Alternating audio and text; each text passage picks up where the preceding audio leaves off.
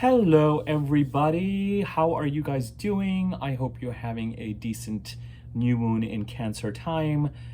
I would just love to know, it is July the 11th.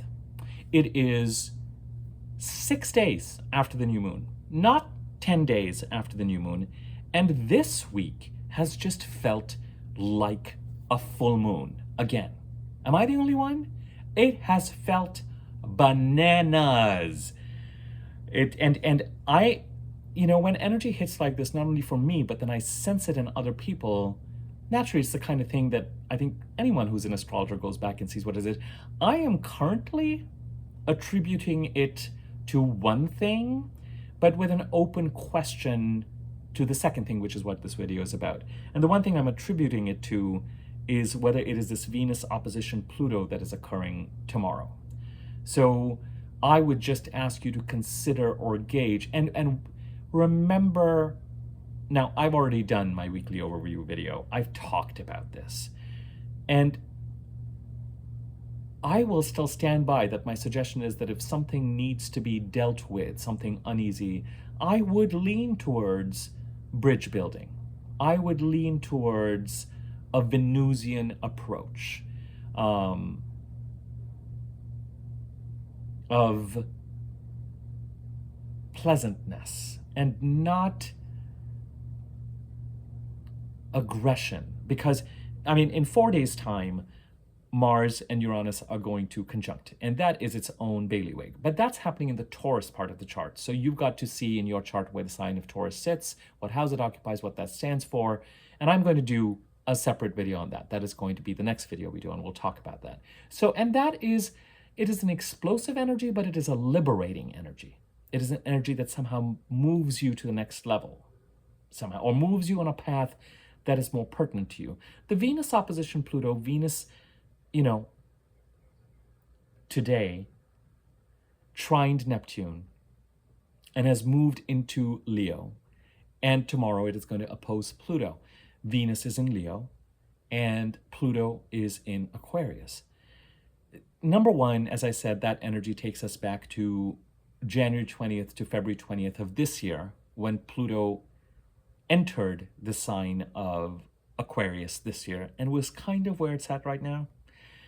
And at that point in time, of course, we were dealing with Mercury conjuncting Pluto on February the 5th, and then Mars conjuncting Pluto on February the 14th, and Venus conjuncting Pluto, I think it was February 16th, 17th. And now we're dealing with an opposition to that. So certain themes for that may come up as a kind of face-off. And Venus needs to serve Pluto's overall intention of what he is trying to transform in the Aquarius part of the chart. I will maintain this. But the uneasiness, the feeling of a power struggle or someone holding on to something, the unease that I've been associating with these Pluto oppositions is back. And I think it's a big factor of what is being contributed to, particularly when it comes to something affecting money, relationships, the ability for people to get along, the ability for people to partner on things and work together on things. So, there's, if it's along those lines, then it could be this that's talking to it. The other thing that I mentioned in my weekly overview that this video is about is the next lunar eclipse is on September the 17th in the sign of Pisces. And when I see a lunar eclipse, 2 months before that lunar eclipse, which makes it July the 17th, the week before and week after, can to me indicate, can bring up events, themes, promptings related to that eclipse. And it is July the 11th. Now, it is an open question for me whether it is the full moon on the 21st, the week before, week after, that I should be paying attention to. I find it's, the 17th is 4 days before the full moon. In my mind, I've always thought of it and looked out for it as the week before, as the week before and after, 2 months before lunar eclipse. But there's a part of me that wonders, given where the North Node is placed and all that, whether there's something going on that increases a sense of flow towards that eclipse. um, um, about 2 months before, or around the time of the full moon, 2 months before a full moon lunar eclipse. So my recommendation to you is to pay attention to, over the next couple of weeks, events that occur that make you feel like, is this what the North Node eclipses in Pisces are going to be bringing up for me to resolve? It could be something that you want to take care of. It could be something that you finally feel like you have the power, the position to kind of move the needle on something related to that part of the chart. And let's start to break this down step by step. This video I'm doing is a general video, so it may have some information that people who are well versed in astrology may feel like, okay, that's kind of basic. I would say bear with me. There may be things there, even just what I've shared, that might be interesting to you. And I'm going to try and cater this to the widest possible audience. Eclipses for me are the most important aspect that occurs in a year. Now, some people can argue that it's Jupiter. Some people can argue that it's Saturn. Some people can say it's not a transit and it's an aspect made something in the natal chart. That's fine. This is a general statement. I always look at where the eclipses are. And in the work that I do, I feel that I find I can say this with some confidence. You know, I've said this before, I remain a skeptical astrologer. I'm still amazed that I can find the correlation between what I think I'm seeing and what is happening. And it's not just what I think I'm seeing for myself. It's based on the readings that I do as well. Because in my readings, when I first do reading for the first portion of it, and even when I'm communicating, this sounds like I'm advertising myself. I'm actually just saying this for the purpose of this video. I read a chart without knowing, with knowing as little as possible about whoever I'm reading it for, so that nothing else kind of interferes with that portion of it. And so that is the part of it, and the responses to that make me, it also becomes my way of staying in touch with my work. And the wonder of the fact that this is what I'm seeing in the chart, and is this what is actually going on? That part of the process. There are North Node eclipses and South Node eclipses.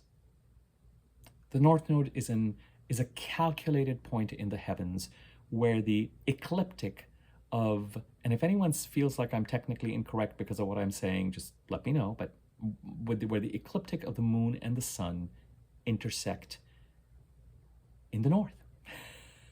So what I mean by that is, from our position and standpoint on Earth, the moon and the sun go around us. And at certain times in the year, they are aligned in such a way that they can eclipse each other. We know this. And those points where the alignment, where the ecliptics, where their orbits, and they're not really orbits. We know that the Earth is going around the sun and the sun is not going around the Earth. It is from our vantage point where those meet and the eclipses occur.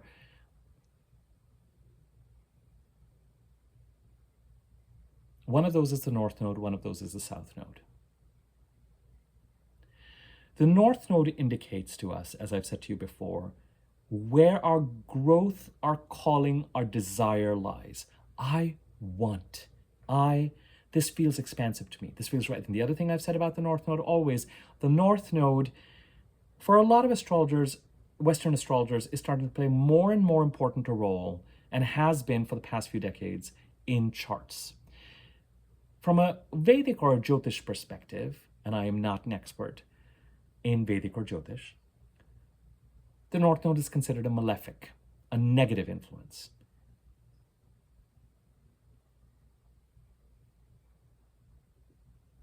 I find that in the work that I do with my clients, that the North Node can't be ignored, because whenever I talk to clients about why they are here and what they feel they're here to do and what they feel called upon to do, I find the connection between their North Node placement, the sign and the house that the North Node is placed in, and what they feel about their lives to be uncannily connected. And for me, the North Node also outlines the strategies we're meant to use in this lifetime that will work for us, that we're meant to lean into and grow, related to the house and the sign of the North Node. The South Node is a point of release.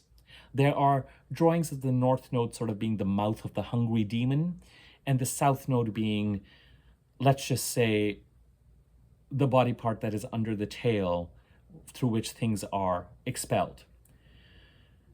The idea is that the South Node denotes behaviors that we are very, very strong in, that are already developed in us.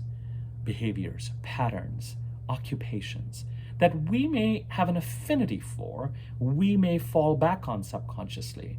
But falling back on it creates a kind of sense of loss because it's not what we are here to learn. And the North Node indicates a sense of calling, but a sense of developing in that direction.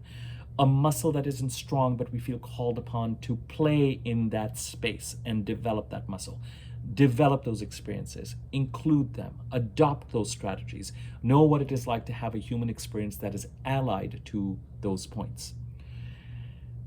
For me, when you follow your North Node, in my experience, one does have to do it with a certain amount of care towards one's emotional and financial security. Because the idea of pursuing your hero's journey can take you on an adventurous path that has no connection necessarily with how you're going to pay your bills and whether you're going to keep a roof on your head or not. And while the North Node typically, in my experience, has a sense of magic, calling, serendipity, synchronicity, spirit about it, it doesn't guarantee that you're going to be completely secure through that process.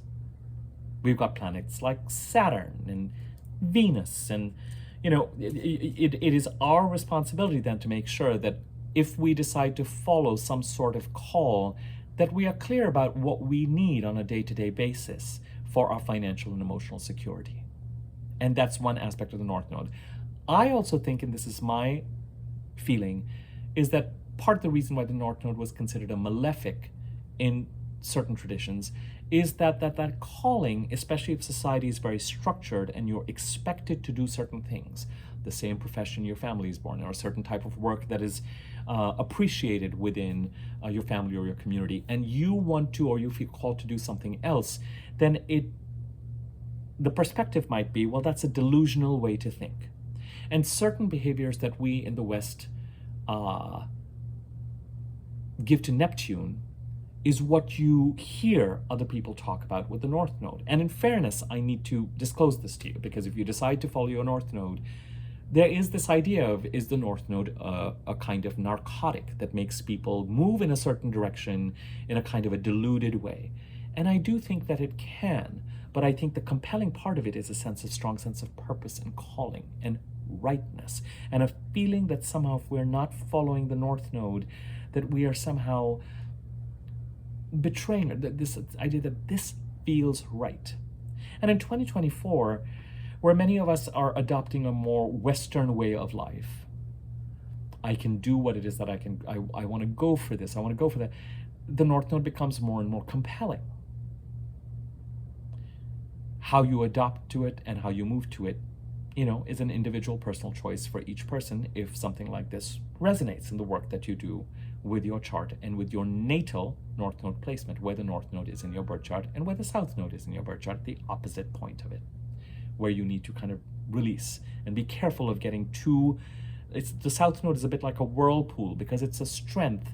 It keeps pulling you back in, but the feeling of being pulled back in may on the one hand make you feel like you're doing something that you just are so strong in doing, but it inevitably creates a feeling of loss. And indeed, I find that after the ages of 38 to 44, I find that the people who are aligned with their North Node are more fulfilled.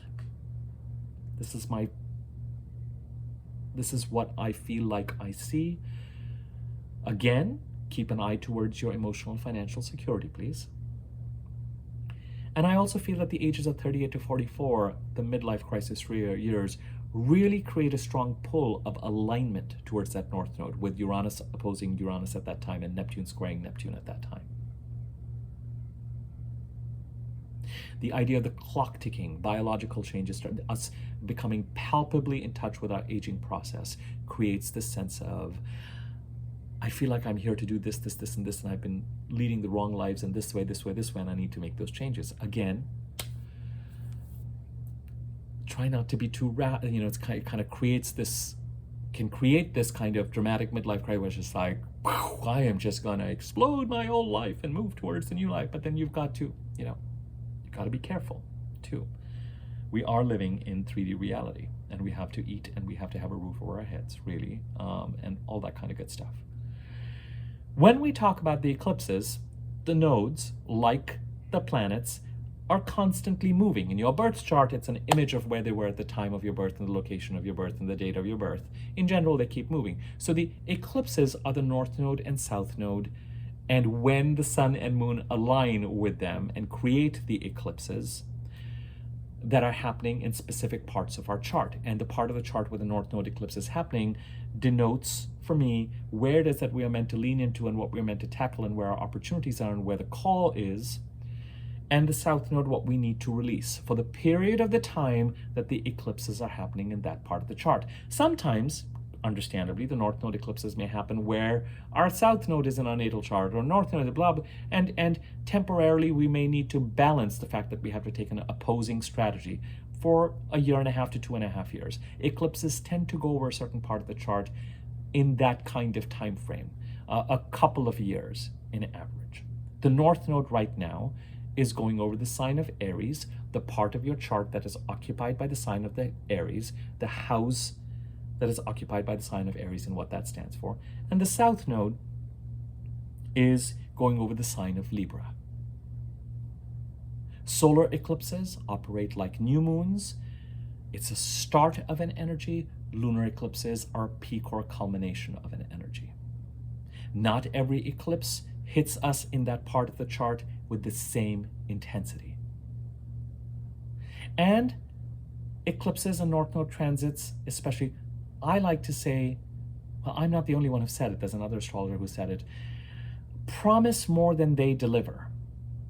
But it's kind of the nature of a call. If I want to be this, my image of that is going to be that much more grandiose because it pulls me towards it, and the reality of it may look different.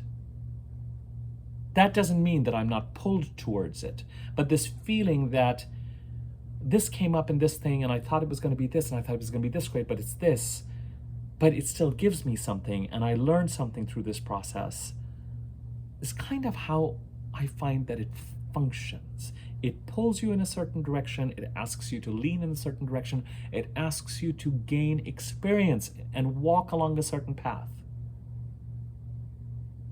and take from it what you need to. And it does it by creating this call, this pull.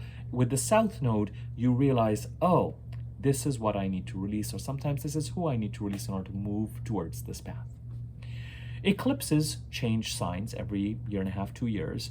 And that change is not just a sudden immediate change. The north node at some point moves from one sign to the other, and the eclipses go backwards in the chart.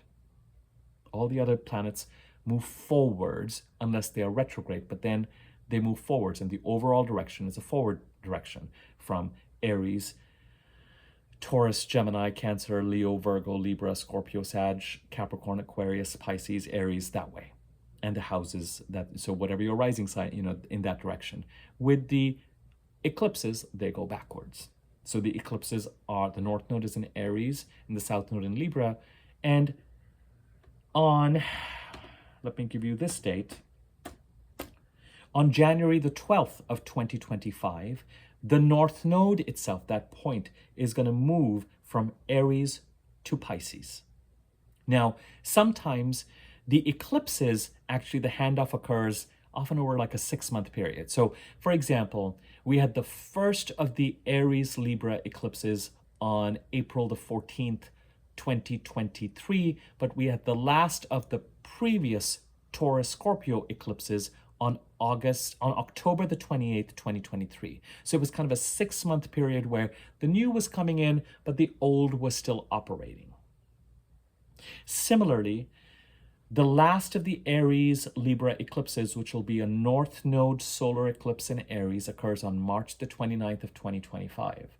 But the first of the Pisces, in this case, north node lunar eclipses, occurs on September 17th, 2024. So we're entering a period where the new eclipses, The north node eclipses in the Pisces part of the chart, the south node in the Virgo part of the chart are starting up, but we still have a south node solar eclipse in Libra on October the 2nd of this year and a north node solar eclipse in Aries on March the 29th of next year. So the Aries Libra eclipse cycle is still active. In 2024, 3 of the 4 eclipses are on that axis. In 2025, 3 of the 4 eclipses are on the Pisces Virgo axis. And the only eclipse that is still on the Aries axis in 2025 is that March 29th solar eclipse, which is kind of a new moon. So it's still active.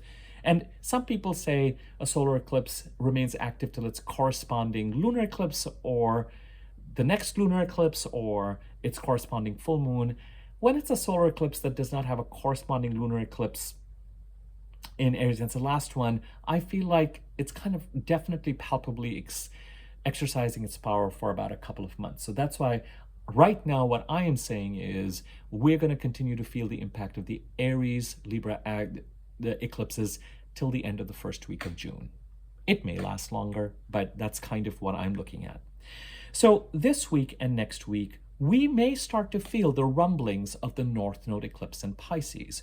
What do we need to lean into the Pisces part of our chart to take on, attend to, manage, that will lead to our growth? That is the next right set of steps or skills or patterns or things for us to acquire. And what do we need to release in the Virgo part of our chart in order to do so? Sometimes with eclipses, you can have an eclipse in the northern part of the chart, but it's the south. The points are moving together. So you can have an eclipse of leaning into in Pisces, but you kind of get a sense, oh, but I can really feel what I need to release in the Virgo part of it. It's one of those chicken and egg things, which is what you're releasing making room for what you're leaning into, or is what you're leaning into giving you a sense of what you need to release? And it kind of, with the north and the south node, they are opposite. It's like you can't, they are totally connected in that regard. They're totally related.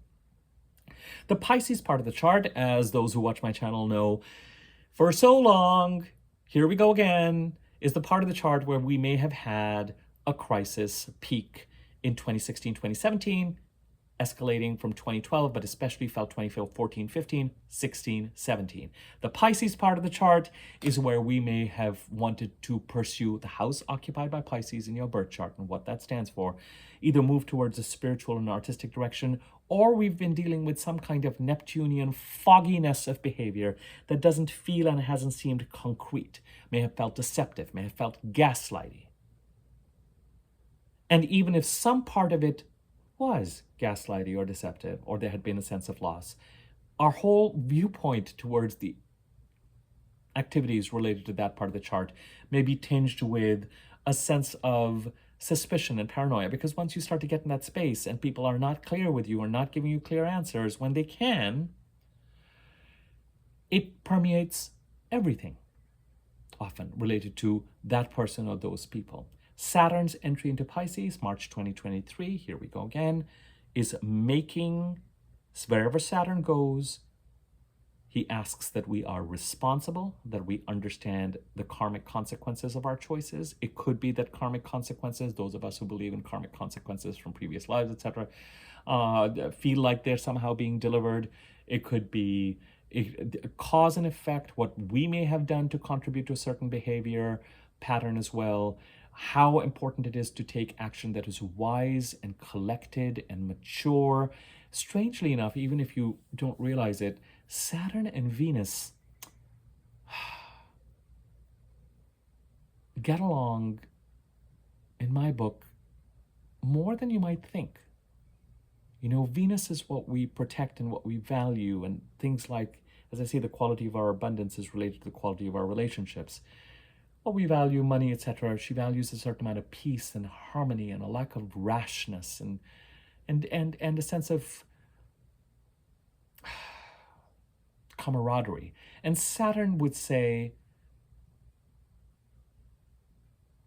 if that's the wisest way to get from A to Z, then that's the wisest way to get from A to Z. Saturn also, though, does demand that boundaries be set where they need to be set.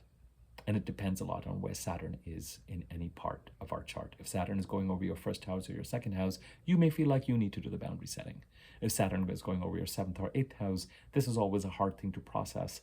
Others may feel like they need to set boundaries with us. And we may be very keen and consciously aware of what we may be doing. Even if we're feeling like we're dealing with some sort of loss, we may be being taught important lessons about how we can handle certain things and situations.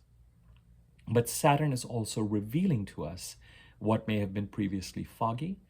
It may be asking us to sort out and stabilize the affairs of the Pisces part of our chart. Wherever Saturn goes, the energy is never relaxed or easy.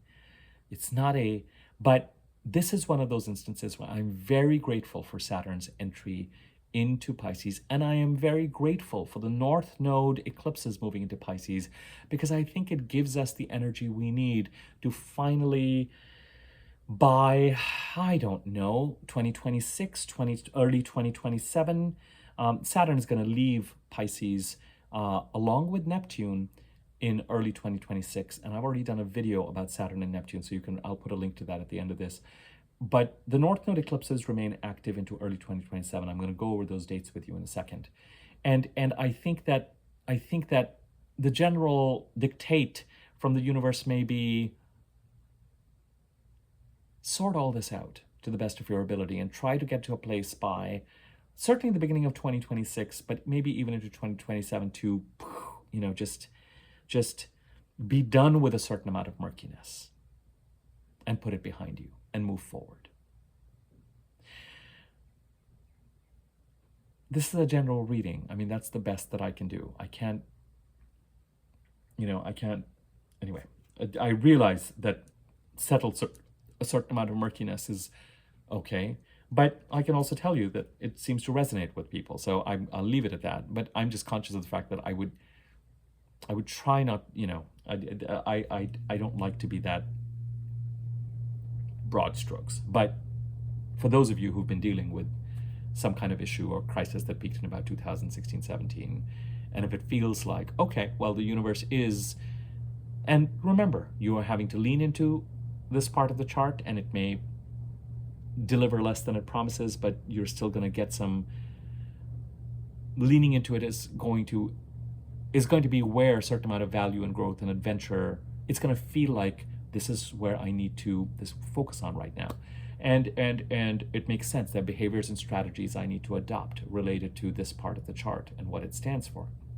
And with Saturn, the emphasis is very much on, you can't be casual with Saturn in your behavior and your intentions. Responsible, conscious, wise, effective, appropriately strategic. And that doesn't mean crafty, because Saturn may deliver results to you related to craftiness then. Important to keep the intentions clear. Saturn is always trying to work towards our highest potential of benefit. If you are trying to pursue, and as I've said this to you before, a spiritual or an artistic direction in the Pisces part of your chart, then Saturn will say, okay, let's put some goals around this. Let's put some structure around this. And not teeny weeny goals, but Saturn's not going to say kind of jump into the ocean and, it's not reckless either, but what is your highest potential?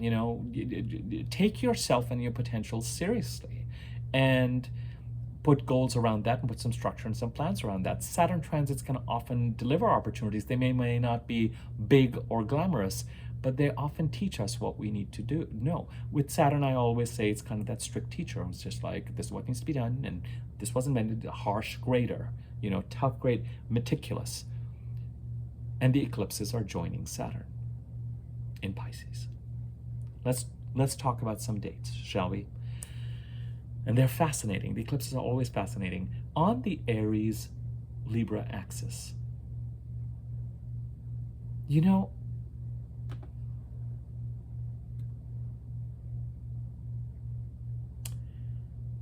We have not had a lunar eclipse in Aries in 2023, 2024, or 2025. They're all solar eclipses. This is part of the reason that this journey I've been talking about related to the eclipses, something that started in a direction we wanted to move in April, May, June, July of last year, blocked September through March, again comes up for us in April of this year. Forward movement May, June, July, pause during Mercury retrograde in August, onward again after September to the middle of April next year, or maybe even to the end of the first week of June. Part of the reason why I think the sense of call or journey around it is so strong, of course, the things that are related to it, Jupiter conjuncting the North Node in Taurus, other transits to Jupiter conjuncting Uranus. There are other transits in the Taurus part of the chart that have also been creating this sense of pull, and the Taurus eclipses remained active till October of last year, is because in the North Node eclipses, they've all been solar eclipses, which are new moons. Move this direction, start something, go towards something. And we don't get a culmination point necessarily, which is fascinating. We have solar eclipses in Libra. We had a solar eclipse on October the 14th of last year, and we have a solar eclipse on October the 2nd where we need to release something in the Libra part of our chart. But we did get a lunar eclipse in Libra on March the 24th of this year. So we did get one lunar eclipse. The fascinating thing about the Pisces Virgo eclipses is that they're just the opposite. They're very lunar eclipse heavy, which for me connects to this idea of stabilizing, resolving, culminating something on this axis during this process. Let's go over the eclipses. First eclipse, as we said, September 17th of 2024. And for those of you who are interested, at about 26 degrees of Pisces, a lunar eclipse, the week before and after July the 17th, or if you prefer, the July 21st full moon in Cancer, may, I think, will have some ripples that feel appropriately eclipsy, or maybe portents of things that this leaning into the Pisces part of the chart especially, it may feel like the time is here, or that you've automatically started to move towards something, or something comes up that needs to be looked at in this way. I still think that the unrest of this week is the Venus-Pluto opposition. A kind of a conversation that carries on from February the 17th of 2024 that is reaching some sort of a culmination point this week as we head towards tomorrow. But it could also be that the eclipses are making their presence felt. Now, on October the 2nd of this year, we do have the next solar eclipse, because the eclipses happen 2 weeks apart. There's a full moon, new moon, full moon, i.e. there's a lunar eclipse followed by a solar eclipse, or a solar eclipse followed by a lunar eclipse. Typically twice a year. This year we had a lunar eclipse in Libra on March 24th, the solar eclipse in Aries on April the 8th. On September the 17th, the first of the Pisces eclipses, I just talked about this, the lunar eclipse in 26 degrees of Pisces, and 2 weeks after that, on October the 2nd, a solar eclipse in Libra, current place of release at about 10 degrees of Libra. I'm not going to give you degrees for the Libra Aries axis. I don't know. It's just too much data, but I'm just giving you a sense of what is going on. Next year, on March the 13th, we have a lunar eclipse in Virgo, the point of release, another lunar eclipse, a full moon lunar eclipse. So January 13th, week before, week after next year, March 13th, week before, after next year, what do we need to prepare to release in the Virgo part of the chart? Solar eclipse in Aries on March 29th, the last of the Aries Libra eclipses. In January of 2025, the North Node actually moves over, and the South Node. September 17th, lunar eclipse in Pisces. September 7th of next year, 17th this year, 7th next year, lunar eclipse in Pisces at 15 degrees. And solar eclipse in Virgo on September 21st of next year, in the very last degree of Virgo.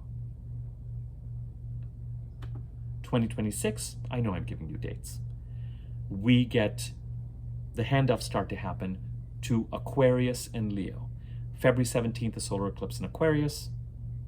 We don't really care about that right now. We're talking about 2026. this video is about the new set of eclipses. March the 3rd, another lunar eclipse full moon in Virgo at 13 degrees of 2026. March the 3rd, 2026. August 12th, solar eclipse in Leo. August 28th, another lunar eclipse, full moon lunar eclipse in 5 degrees of Pisces in 2026. In 2027, I'm not going to list these eclipses for you. The eclipses, as we head towards 27, 28, become a little bananas. In 27, we have 5 eclipses. In 28, we have 5 eclipses. In 29, we have 6 eclipses. It's just the way the timing is working out because they're moving earlier and earlier into the year. In 27, the only thing that is important, in 27, we are going to have eclipses on the Aquarius-Leo axis, the Virgo-Pisces axis, and also in the Capricorn Cancer axis. But what you need to know is on February 20th, another lunar eclipse, full moon lunar eclipse in Virgo at 2 degrees. So eclipses on this axis. I know I'm just giving you dates, but this is meant to be a video that's covering various things. Don't come after me. I know you're not. September 17th of 2024, lunar eclipse in Pisces. March 13th of 2025, lunar eclipse in Virgo. September 7th, 2025, lunar eclipse in Pisces. September 21st, 2025, solar eclipse in Virgo, with a corresponding lunar eclipse in Virgo on March the 3rd, 2026. Lunar eclipse in Pisces, August the 28th of 2026. Lunar eclipse in Virgo, February the 20th, 2027. So, we feel these new set of eclipses, in my opinion, from the week before and after July the 17th, 2024, to the week before and after February 20th, 2027, leaning into the Pisces part of the chart, releasing in the Virgo part of the chart.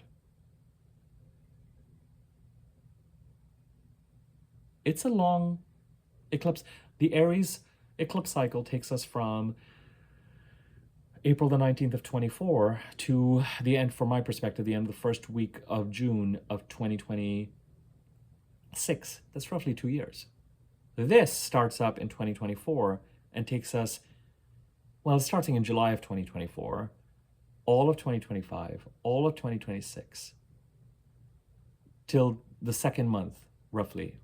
So it's 2 3/4 years, roughly, etc., which is kind of long for eclipses. Sometimes they're done in about 1.5 years. So nothing wrong with starting to muse. And with lunar eclipses, something, with lunar eclipses, it's kind of like a crescendo. A lot of people expect on lunar eclipses that something is gonna, not every eclipse is felt with the same intensity. It's a narrative, it's a journey. Remember, in the Aries Libra eclipses, I've been talking about April the 19th of 24 to, and I've been saying, whatever we're moving towards right now, this analogy I've been giving you in my videos about diving board and jumping off the diving board and starting to swim to the other side, we're in the middle of a process that we, I think, don't reach kind of a culmination point on until at least June of next year. If that, we never get a culmination full moon. And in Pisces Virgo, apart from one solar eclipse, everything else is a lunar eclipse. On this axis, the Pisces Virgo axis, which indicates that as expansive as the Aries Libra eclipses have been, the Pisces Virgo axis are demanding. It goes to my idea that they're going to contribute to trying to give some sort of stability and conclusion to the drama that has been going on in the Pisces part of the chart, at least. Now, beyond this, you've got to interpret the eclipses for the houses that they are moving into and they're occurring in.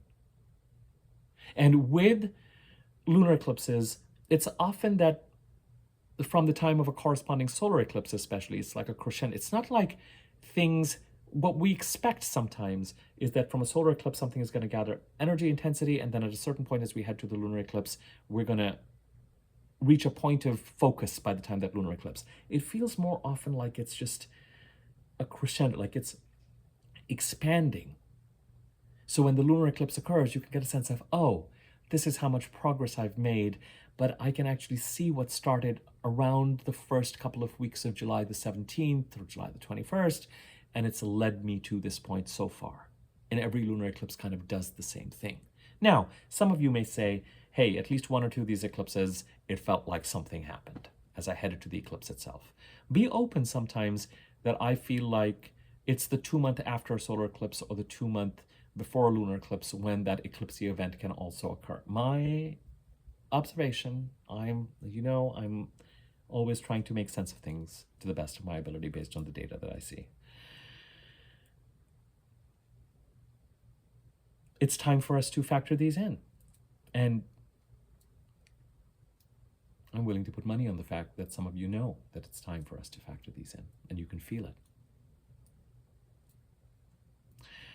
Partly you can feel it because the new moon in Cancer trined Saturn in Pisces. So even the new moon in Cancer and the month of Cancer from July the 5th to August the 4th has a flow towards resolving things, structuring them responsibly, carefully. It's not going to be easy, but there's a flow to sorting things out related to the sign of Pisces from the sign of Cancer.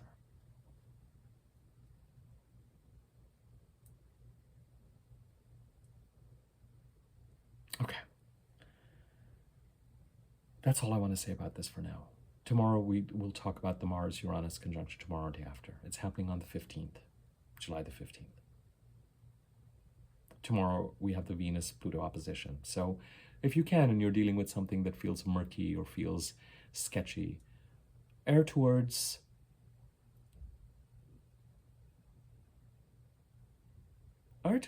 harmony and resolution, because that's what Venus would demand. Other things, I don't know. I don't think that's what I would say. And if you really feel like at some point you need to sort of deal with something more serious than that, I would just say, if you've been feeling since the Mars-Pluto opposition, the Mercury-Pluto opposition, let me just, this video is not about the Pluto oppositions, and I mentioned this in my weekly overview, but let me just say this again. Mercury, from the sign of Leo, when it entered Leo, opposed Pluto on July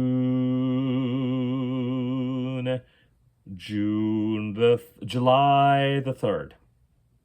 If there's been some sort of communication awkwardness, Mercury conjuncted Pluto on February the 5th of this year. So something around that kind of comes back around. Whether you were able to send a communication, not send a communication, I feel like there's some sort of communication needed.